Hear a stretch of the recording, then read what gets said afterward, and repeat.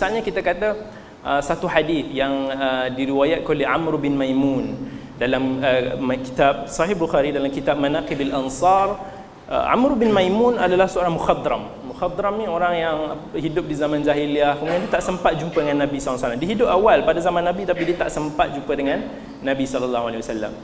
Jadi dia meriwayatkan, aku pada zaman jahiliah dulu, aku pernah melihat rejam terhadap penzina tu. Aku pernah melihat proses rejam tu berlaku di kalangan bukan Bani Adam. Maksudnya dia pernah melihat rejam itu berlaku di kalangan kera, monyet. Jadi kat sini para orientalis pun cuba, ataupun ni orang anti dengan Sahih Bukhari, cuba untuk nak tikam Sahih Bukhari dengan hadis ni.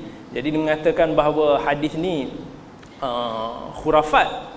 Apa pula kaitan kera dengan kita manusia? Kera tak ada taklif, dia orang tak disyariatkan untuk nak berzina ke tak berzina ke, dia orang tak ada akal. Berbeza dengan manusia, so why dia orang perlu direjam? Bukan manusia rejam, ni maksudnya kera merejam sesama dia orang. Jadi dia orang attack matan teks hadis. Jadi tapi kalau kita tahu tentang hadis, kita akan boleh tahu, kita boleh semak, kita boleh faham apa purpose, misalnya kenapa Al-Bukhari letak hadis ni dalam sahih dia. Jadi kita tengok pada misalnya Mustakhraj Abi Bakar Al-Ismaili, seorang imam yang melakukan amal istikhraj pada hadis-hadis Sahih Bukhari. Jadi dibawa hadis ni juga dengan lebih lafaz dia panjang lagi. Dia menceritakan kisah ni dengan lebih sempurna lah. Misalnya dia kata Amr bin Maimun, dia kata dia pernah nampak satu hari seekor kera yang besar. Ni bukan hadis, ni Amr bin Maimun cerita dia yang melihat ada seekor kera jantan yang besar masa tu pernah jalan bersama dengan seekor kera betina. Kemudian dia kera jantan tu pun baring bersama dengan kera betina tu.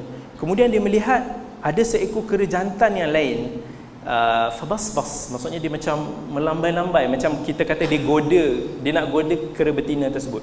Yang jantan yang besar tadi tu tidur. Jadi kera betina tersebut yang baring sebelah dia bangun, pergi dengan jantan, kera jantan lagi satu tadi, dia curang lah, berlaku curang. Jadi kemudian kera betina tu balik kepada kera jantan yang besar tadi tu, mungkin husband dia ke apa, kita pun tak tahu dunia kera macam mana. Jadi kata kemudian kera yang besar tu sebut dia boleh bau, dia boleh sense, dia kata dia tahu bahawa kera betina ni dah curang kat dia.